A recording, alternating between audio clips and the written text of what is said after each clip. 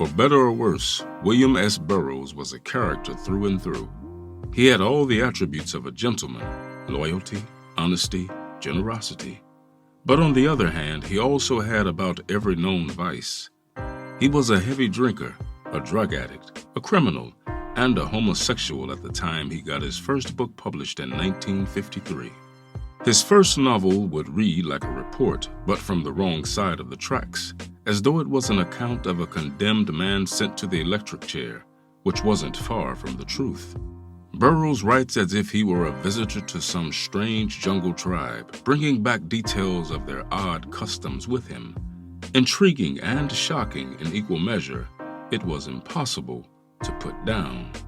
On the surface, the book appears to be an objective slice-of-life document on the subculture of addicts, but when we analyze it in the context of Burroughs' Alienation, the book is about finding a place to belong, which, in the end, isn't that what we're all striving for?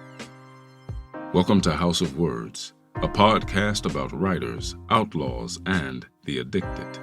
I am your host, Jason Nemore Hardin, and today we're exploring the novel Jack Kerouac thought was better than anything Hemingway ever wrote. This is William S. Burroughs, Junky.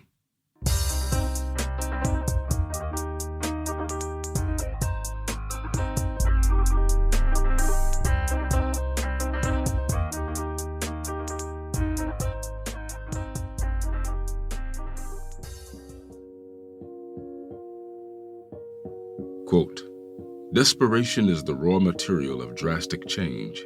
Only those who can leave behind everything they have ever believed in can hope to escape." End quote.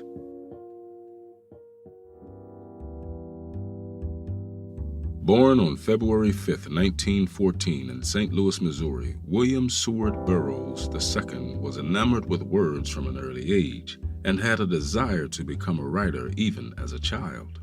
This love for literature very likely stemmed from his father, who would often read stories for him. Treasure Island, Kidnapped, Moby Dick, as well as Victor Hugo's Toilers of the Sea, with its encounter with an octopus, which was never forgotten. These stories were all regulars. It has also been said that his father made young William learn 5 new words a day and how to use them in sentences in order to broaden his vocabulary. Burroughs came from a very traditional upper-crust family, which meant that he was expected to carry himself a certain way. His grandfather had invented a model of the adding machine which was widely adopted by American businesses, and though much of the fortune had been lost by William's arrival, the traditions were deep and deeply instilled in him. In his family, displays of affection were considered embarrassing, but despite this, it was apparent that William was his mother's favorite, above his older brother. Later, when he was older, his mother told him that she worshipped the ground he walked on. As a young boy, he suffered from nightmares. He was afraid to be alone and afraid to sleep, afraid that his nightmares would manifest themselves in reality. He recalls hearing a maid talking about how smoking opium brought sweet dreams.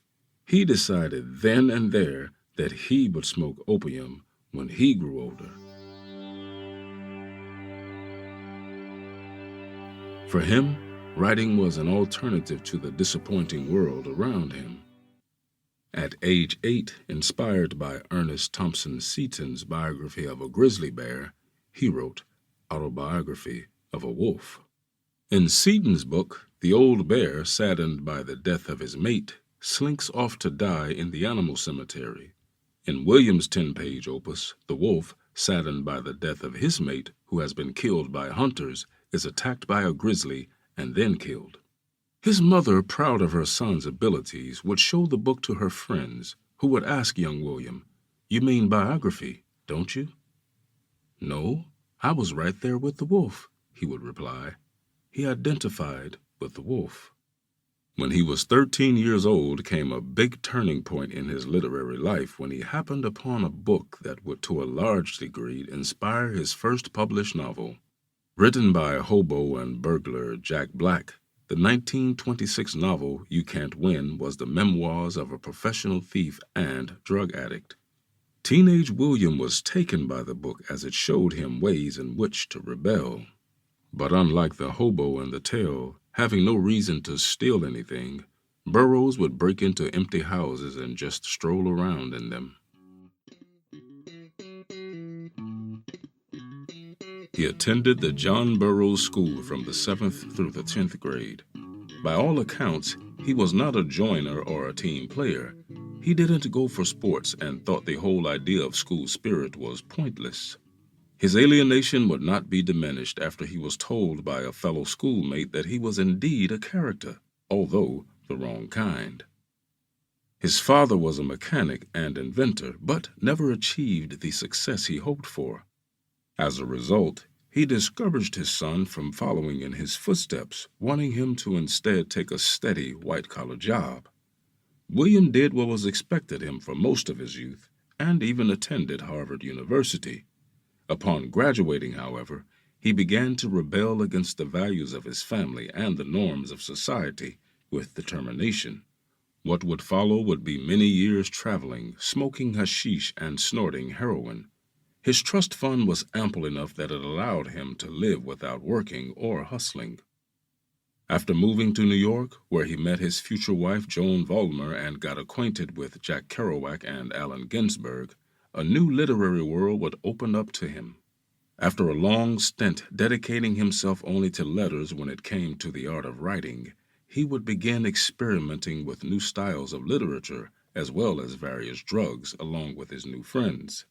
In a few years, Kerouac, Ginsberg, Burroughs, Lucien Carr, and Herbert Junky would become the core group known as the Beat Generation. It is safe to say that Burroughs' biggest controversy, besides his writing, is the death of his wife Joan Vollmer and his part in the very unfortunate event. Joan Vollmer was the roommate of Jack Kerouac's then wife, which is how she came to be introduced to Burroughs. She was an incredible and charming woman, and friends thought she and William could be a good match. At the time, he was mostly involved with men, but something sparked between he and Joan nevertheless. They were both passionate about traveling and drug use, which developed into, of all things, marriage. In 1947, she would give birth to their son, named after his father, William S. Burroughs III. Although married, he would continue to have flings with men, which caused Joan much grief. Then, in 1951, 4 years after the birth of their son, the couple took an ill-fated trip to Mexico City. Joan was at the time doing a lot of Benzedrine inhalers as well as consuming a lot of alcohol. He was also heavily involved with drugs and alcohol. On September 6th of the same year, after Burroughs had returned to Mexico City from a long trip with his new young boyfriend, Joan threw a small homecoming party for him. At the party, he drunkenly proposed that they should move to South America so he could hunt wild boar. Joan joked that if he was the hunter which they would have to rely on, they would starve to death. This provoked him, and he dared Joan to show what kind of shot Old Bill was, a la William Tell, which meant shooting an apple off the top of Joan's head. Under the influence of drugs and alcohol, she put a gin glass on her head, and he took aim. Her last words were, "I can't look. You know I can't stand the sight of blood." He fired, completely missed the glass, and struck his wife instead with a fatal shot through her forehead. Having had 8 to 10 drinks, he would later state that he couldn't remember much of that night. Deepening the tragedy is the fact that their 4-year-old son was in the room when the incident occurred. As a note, their son, young William III, would go on to write 2 autobiographical novels of his own before his alcoholism sadly ended his life at age 33. Burroughs would later tell the investigating officers in Mexico that it was an accident, that while showing some friends his gun, the weapon fired, killing his wife. Eyewitnesses, however, tell that Joan's death was attributed to the drunken William Tell Act. After returning to the U.S., he was convicted of manslaughter in absentia and received a 2-year suspended sentence. Concerning the death of his wife, he would later comment, "I am forced to the appalling conclusion that I never would have become a writer but for Joan's death. Quote, happiness is a byproduct of function, purpose, and conflict. Those who seek happiness for itself seek victory without war. End quote.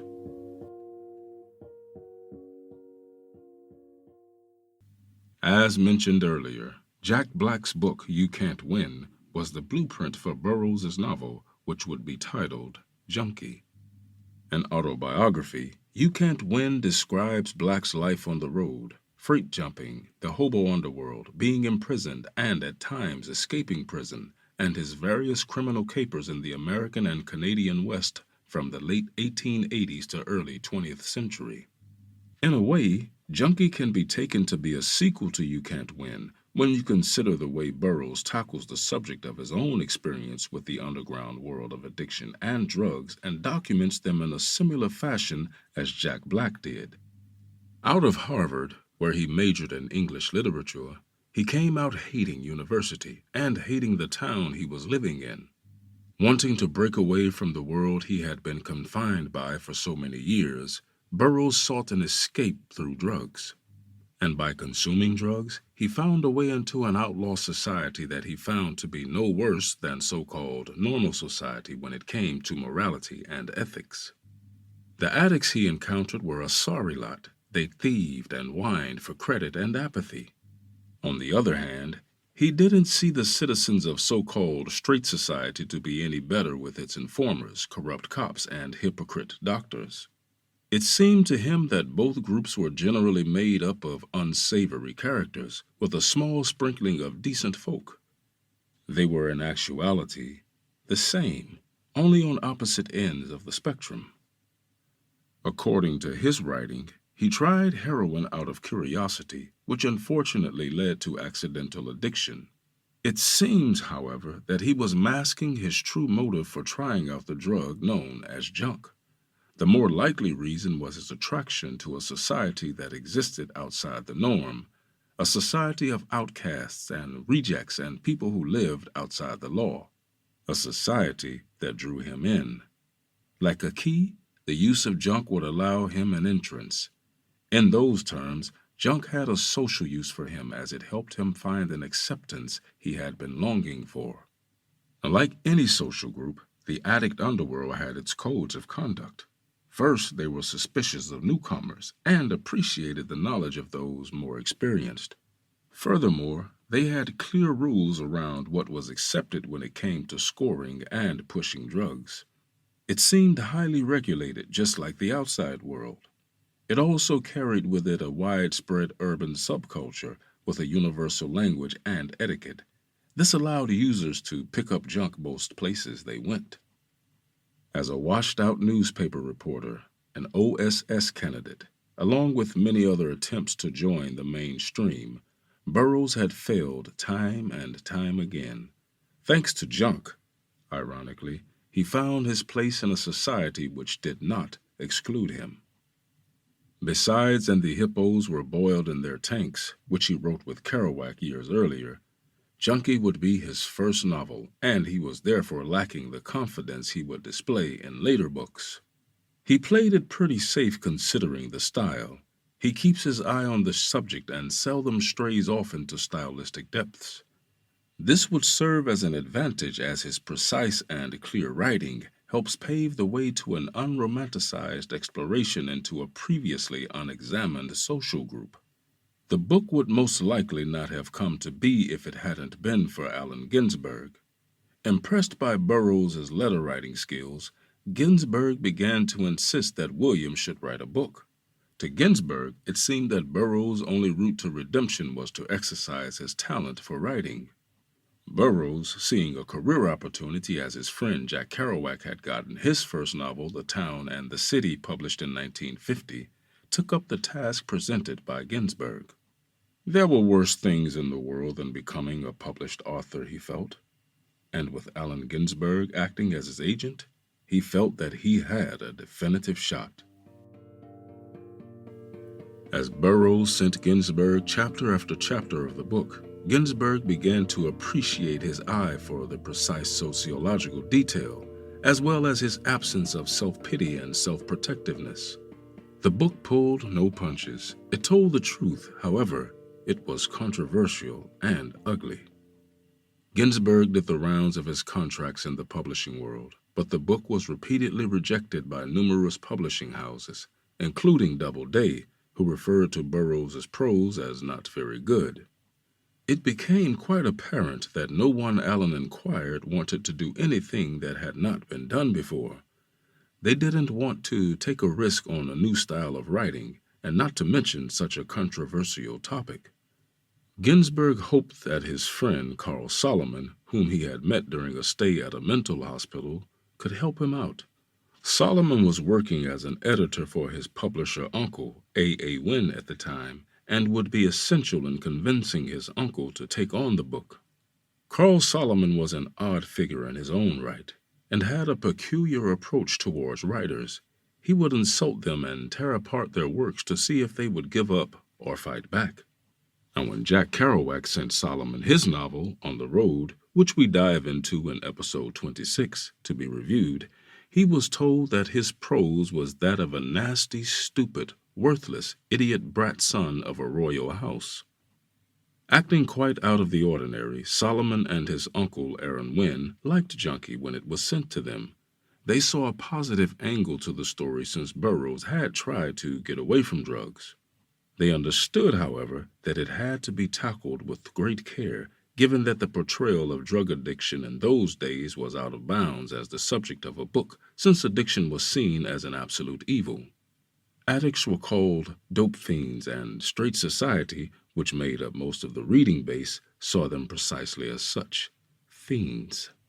To cover himself, Wynne decided to publish Junky as an ace paperback, coupled in the same volume with a book by a former agent of the Federal Bureau of Narcotics, Maurice Hellbrandt.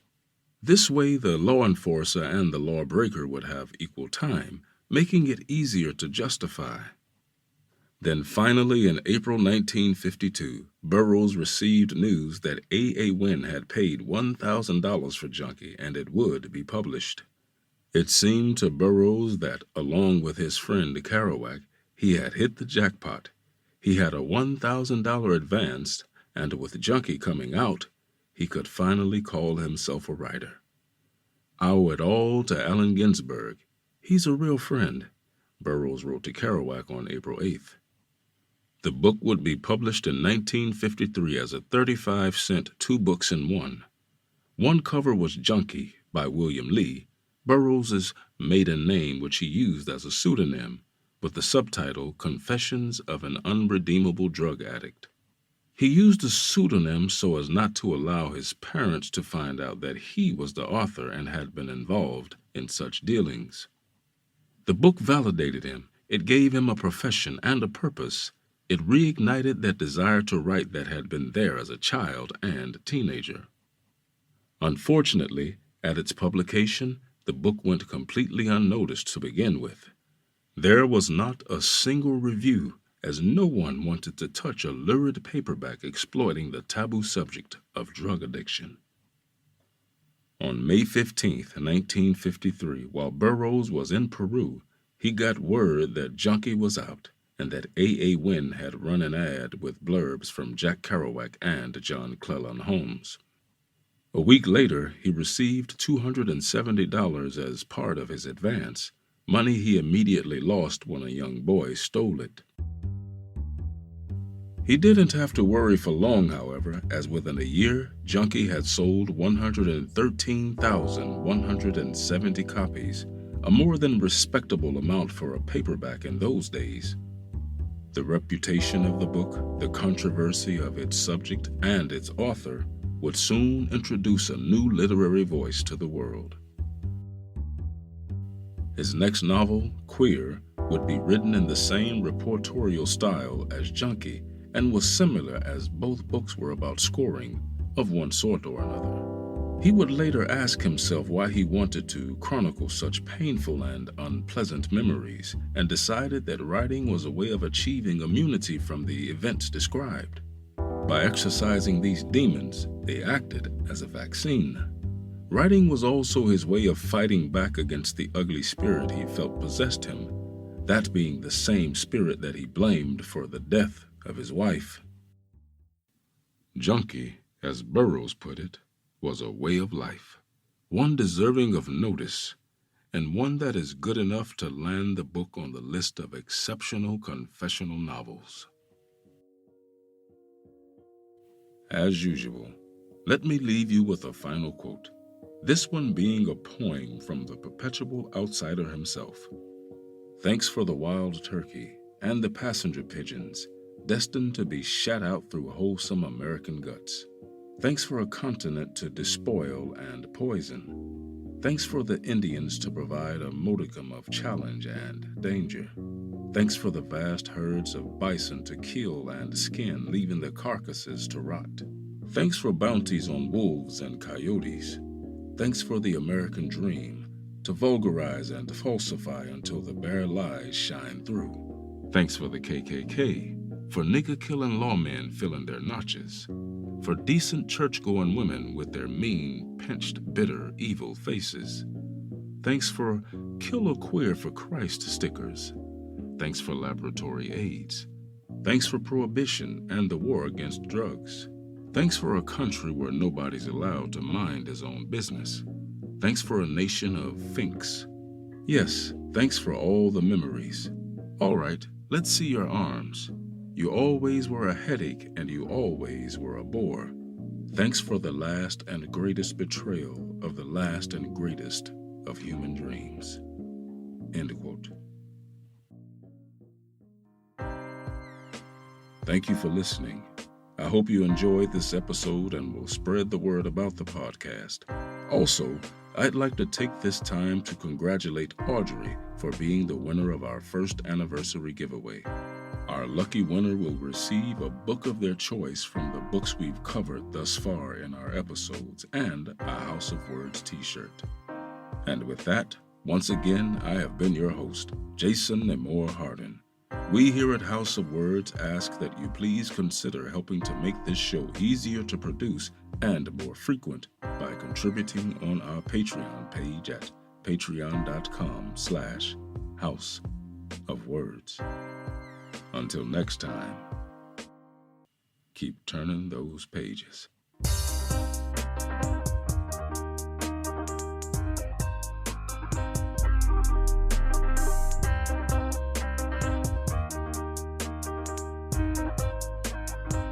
House of Words is written and produced by Crystal M. Sanchez, narrated and written by me, Jason Nemore Hardin, and music by Preacher 9 and Wood.